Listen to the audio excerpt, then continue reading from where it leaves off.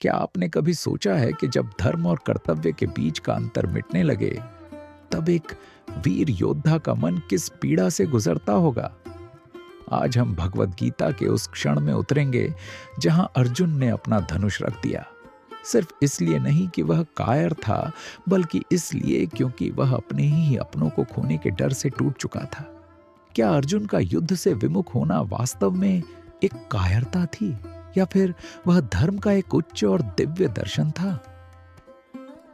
शायद इसका उत्तर इस शोर भरी दुनिया में नहीं, बल्कि उस शाश्वत ज्ञान में छिपा है जो स्वयं भगवान श्री कृष्ण ने अर्जुन को दिया था। स्वागत है आपका पवित्र भगवत गीता श्रृंखला में। यह केवल एक ग्रंथ नहीं है, यह जीवन को समझने का मार्ग है। आइए जानें कि यह दिव्य ज्ञान आज के समय में भी हमारे हर प्रश्न का उत्तर कैसे देता है। कल्पना कीजिए, चारों ओर शंखनाद हो रहा है, हजारों योद्धाओं की गर्जना से रणभूमि गूंज रही है। अर्जुन का रथ युद्ध के बीचों बीच स्थित है और उसके ठीक सामने खड़ा है शत्रु पक्ष, जिसमें उसके पूज्य पितामह भीष्म, गुरु द्रोणाचार्य और उसके सगे संबंधी मौजूद हैं।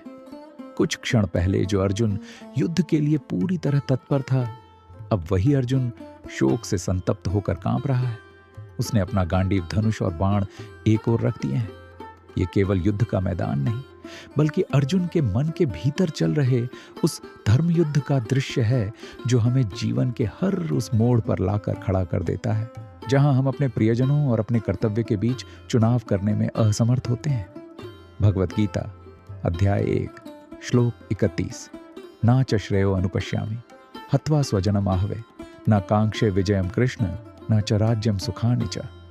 अर्थ, हे कृष्ण, इस युद्ध में अपने ही स्वजनों का वध करने से न तो मुझे कोई अच्छाई दिखाई देती है और न मैं उसमें किसी प्रकार की विजय, राज्य या सुख की इच्छा रखता हूं। तात्पर्य, आत्मा का परम लक्ष्य केवल श्री विष्णु भगवान कृष्ण की प्रसन्नता में निहित है, किंतु इस सत्य से अनभिज जीव शारीरिक संबंधों की मृग तृष्णा में फंसकर उसी में सुख ढूंढने का व्यर्थ प्रयास करता है।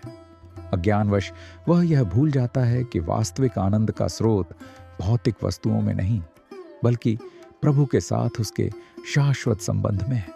यही मोह अर्जुन को कर्तव्य विमुख कर रहा है।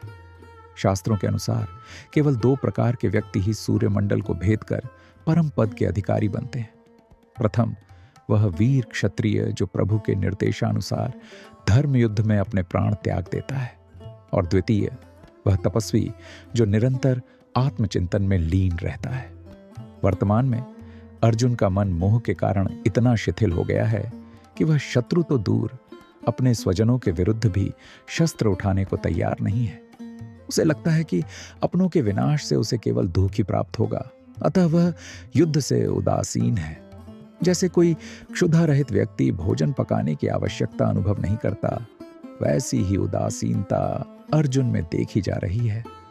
परिणाम स्वरूप वह कर्तव्य का त्याग कर वन जाकर एकांत में निराशावादी जीवन जीने का विचार कर रहा है। किंतु एक क्षत्रिय के लिए धर्म पालन और राज्य संरक्षण ही उसका जीविकोपार्जन है। चूंकि क्षत्रिय अन्य कोई वृत्ति नहीं अपना सकता, अतः उसके समक्ष केवल एक ही मार्ग शेष है, युद्ध के माध्यम से अपने न्यायपूर्ण उत्तराधिकार को प्राप्त करना। परंतु इस धर्म युद्ध से विमुख होकर वह वनवास के माध्यम से जिस शांति की खोज कर रहा है, वह वास्तव में पलायनवाद और मोह का ही एक रूप है। भगवत गीता अध्याय 1 श्लोक 32 से श्लोक 35।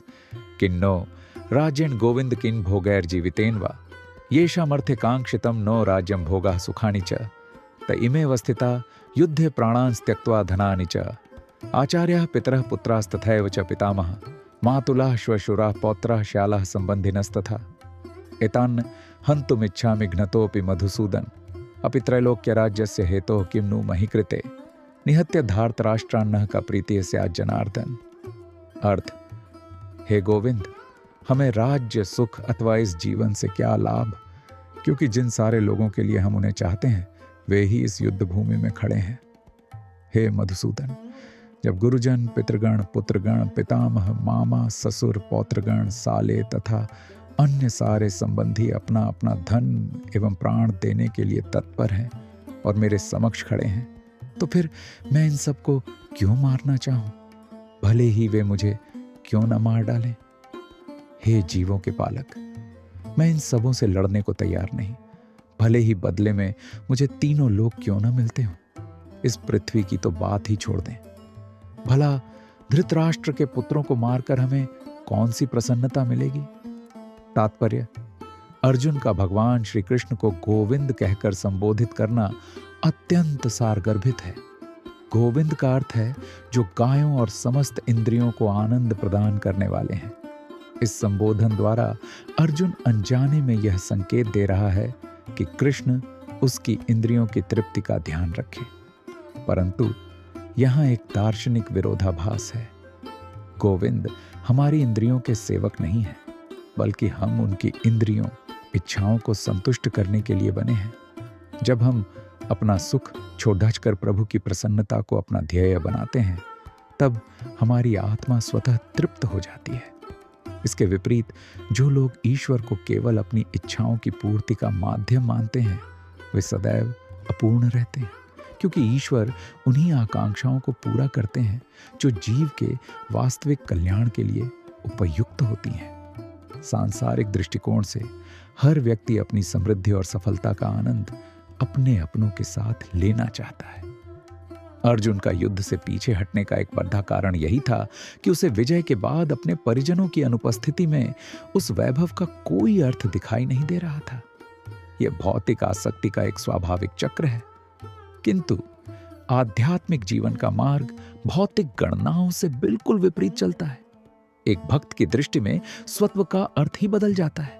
यदि भगवत इच्छा हो तो वह भगवान की सेवा हेतु समस्त ऐश्वर्य सहर्ष स्वीकार कर लेता है, अन्यथा वह एक कौड़ी की भी कामना नहीं करता।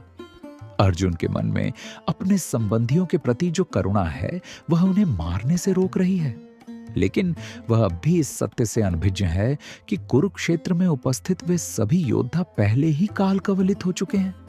उसे तो केवल निमित्त मात्र बनकर इस दिव्य योजना को संपन्न करना है। वास्तविक भक्त का हृदय इतना विशाल होता है कि वह अपने शत्रुओं या अत्याचारियों से भी व्यक्तिगत प्रतिशोध नहीं चाहता। अर्जुन भी उन्हीं को क्षमा करने के लिए आतुर है जिन्होंने अपार कष्ट दिए हैं। परंतु यहाँ न्याय का दूसरा पहलू भी है। यद्यपि भगवान अपने प्रति किए गए अपराधों को क्षमा कर सकते हैं, किंतु वे अपने भक्तों पर किए गए अत्याचारों को कभी सहन नहीं करते। वे दुष्टों के अहंकार को नष्ट करने के लिए संकल्पबद्ध हैं, भले ही उनका प्रिय भक्त उन्हें क्षमा करने का उदार भाव ही क्यों न रख रहा हो। भगवद गीता अध्याय 1 श्लोक 36। पाप में वाश्रयेत् स्मान हत्वैता नाथतायनः तस्मान नार्हा वयम हंतुम धार्तराष्ट्रांस बांधवान स्वजनम ही कथम हत्वा सुखिनः स्याम माधव। अर्थ, यदि हम ऐसे आतताइयों का वध करते हैं तो हम पर पाप चढ़ेगा, अतः यह उचित नहीं होगा कि हम धृतराष्ट्र के पुत्रों तथा उनके मित्रों का वध करें। हे लक्ष्मीपति कृष्ण, इससे हमें क्या लाभ होगा और अपने ही कुटुंबियों को मारकर हम किस प्रकार सुखी हो सकते हैं। तात्पर्य, वैदिक शास्त्र 6 प्रकार के अपराधियों को आतताई, अत्यंत दुष्ट की श्रेणी में रखते हैं, जो विष देते हैं, घर में आग लगाते हैं, घातक शस्त्र से प्रहार करते हैं, धन की चोरी करते हैं, दूसरों की भूमि पर अवैध कब्जा करते हैं अथवा पराई स्त्री का अपहरण करते हैं। धर्म के अनुसार ऐसे व्यक्तियों का तत्काल वध करना न केवल न्यायोचित है, बल्कि दोष मुक्त भी है। तथापि अर्जुन का चरित्र सामान्य कोटि के व्यक्ति से भिन्न है। स्वभाव से अत्यंत दयालु और साधु प्रकृति का होने के कारण वह इन आतताइयों के साथ भी उदारता बरतने के पक्ष में है। यहाँ संघर्ष उसके साधु स्वभाव और क्षत्रिय धर्म के बीच है। एक प्रशासक का सात्विक होना अनिवार्य है, किंतु उसका कायर होना धर्म के विरुद्ध है। प्रभु श्री राम का उदाहरण हमारे समक्ष है। वे आदर्श मर्यादा पुरुषोत्तम थे, लेकिन उन्होंने रावण जैसे आतताई को, जिसने सीता माता का अपहरण किया था, कठोर दंड देकर न्याय की स्थापना की थी।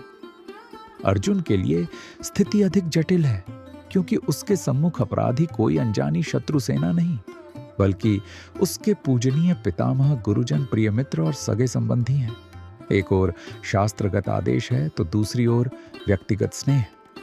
साधु संतों की परंपरा तो क्षमा को ही परम धर्म मानती है, और अर्जुन के मन में यही भाव प्रबल है कि अनैतिक राजनीति के लिए अपनों का रक्त बहाने से बेहतर है उन्हें क्षमा कर देना। क्षणिक सांसारिक लाभ या राज्य सुख के लिए स्वजनों के विनाश का मूल्य अपने जीवन की शांति और शाश्वत मुक्ति के संकट से चुकाना उसे अनुचित लग रहा है। अर्जुन द्वारा भगवान श्री कृष्ण को माधव या लक्ष्मीपति कहकर संबोधित करना भी गहरे अर्थों से भरा है। वह एक प्रकार से प्रभु को स्मरण दिला रहा है कि वे सौभाग्य के स्वामी हैं, अतः वे उसे ऐसे कार्य के लिए प्रेरित न करें जिसका परिणाम विनाशकारी हो। अर्जुन को लगता है कि यह युद्ध केवल अनिष्ट का कारण बनेगा, जबकि वह यह नहीं जानता कि साक्षात लक्ष्मीपति कृष्ण कभी अपने भक्तों का बुरा नहीं होने देते और उनका मार्ग सदैव कल्याणकारी होता है। इस प्रकार कुरुक्षेत्र के रणक्षेत्र में अर्जुन का शस्त्र त्याग देना उसकी कायरता नहीं, बल्कि उस आत्ममंथन का प्रतीक है जो हर उस व्यक्ति के जीवन में आता है जो सत्य की तलाश में है। जब अर्जुन ने यह कहा कि अपनों को मारकर हमें कौन सी प्रसन्नता मिलेगी, तो उसने वस्तुतः भौतिक सुख और आध्यात्मिक शांति के बीच के द्वंद्व को उजागर कर दिया था। अर्जुन का यह मोह और करुणा ही वह धरातल है जहां से अब भगवान श्री कृष्ण उसे दिव्य ज्ञान का उपदेश देंगे। आज हमने अर्जुन के इस गहरे धर्म संकट को समझा, लेकिन प्रश्न अब भी बाकी है। क्या अपनों का विनाश ही एकमात्र विकल्प है, या यहाँ कोई गहरा आध्यात्मिक सत्य छिपा है जिसे हम अब भी नहीं देख पा रहे? हमारी इस श्रृंखला के अगले भाग में हम चर्चा करेंगे कुल धर्म और सामाजिक मर्यादाओं के उस पतन पर जिसका अर्जुन को भय है। क्या वास्तव में अधर्म की विजय से समाज का ढांचा बिखर जाएगा?